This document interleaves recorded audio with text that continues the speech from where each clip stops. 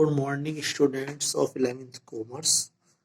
Today we are going to discuss topic है हमारा Hindu undivided family, joint Hindu family.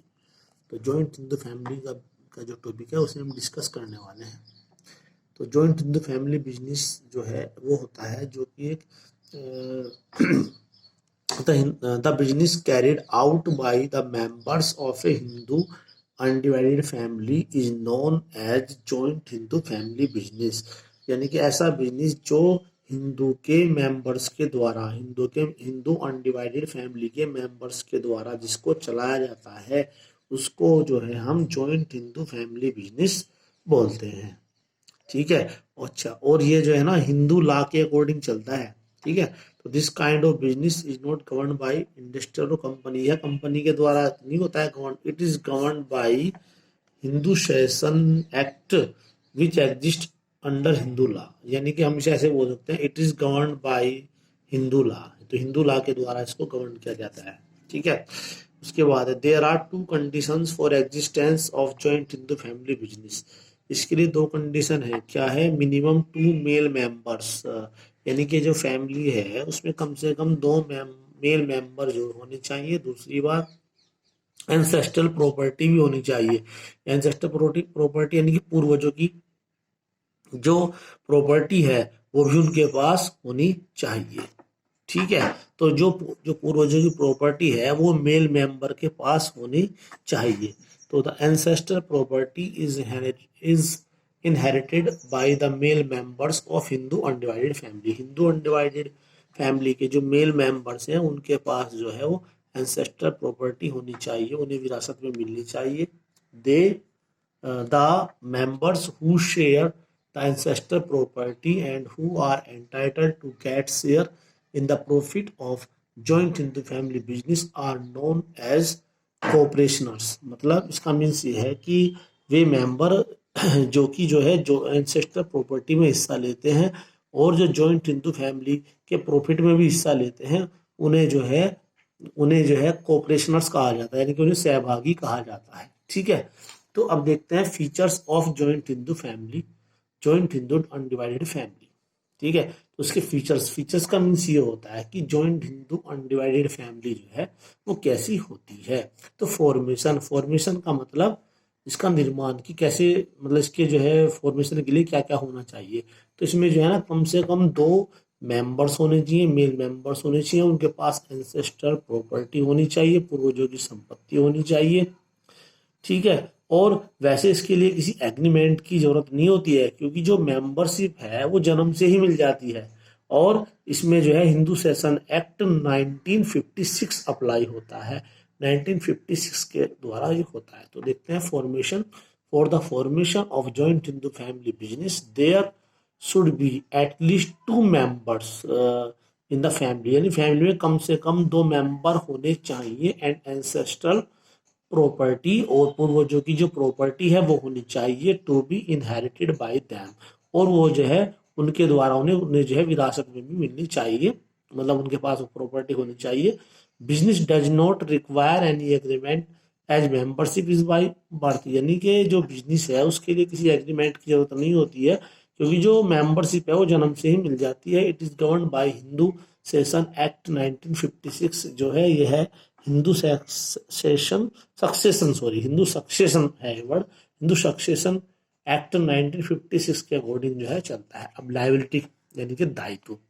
अब इसमें जो जॉइंट हिंदू फैमिली बिजनेस होती है इसको जो चलाता है वो परिवार का कर्ता चलाता है। तो कर्ता जो है, अब कर्ता को सारे काम करने पड़ते हैं, तो यानी कि कर्ता के पास जो लायबिलिटी होती है वो अनलिमिटेड लायबिलिटी होती है, यानी कि उसके पास सबसे ज्यादा काम करते हैं, उसका काम कोई फिक्स नहीं होता है, उसे कोई भी काम करना पड़ सकता है।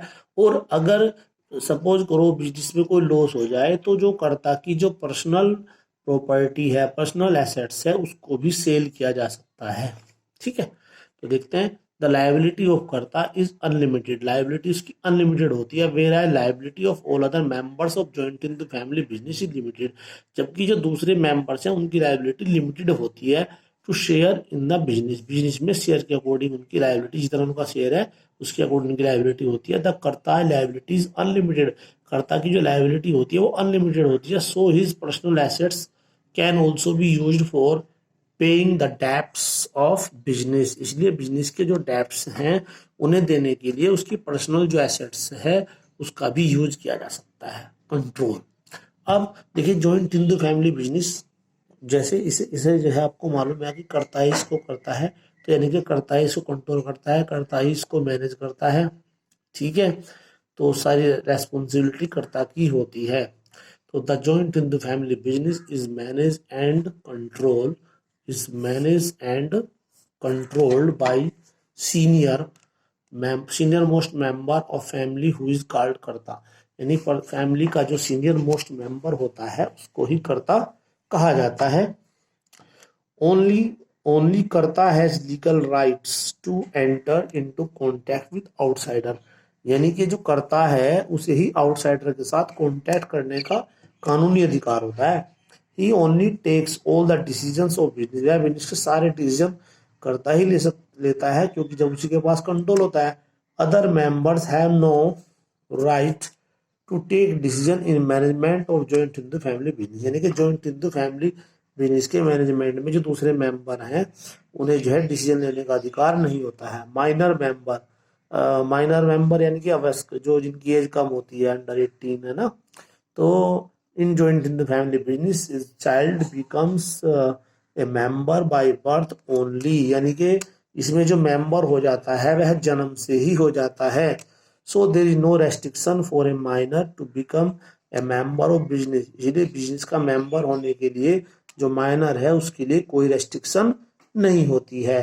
तो जॉइंट हिंदू जो फैमिली बिजनेस है ये कैसा बिजनेस हुआ, ये जो है इसमें जो है इसे हिंदू अनडिवाइडेड फैमिली के मेंबर ही चलाते हैं, और कम से कम इसमें 2 मेल मेंबर्स होने चाहिए। ये हिंदू सक्सेशन एक्ट 1956 के अकॉर्डिंग चलता है, ये हिंदू लॉ के अकॉर्डिंग चलता है, हिंदू लॉ के अंतर्गत ये आता है।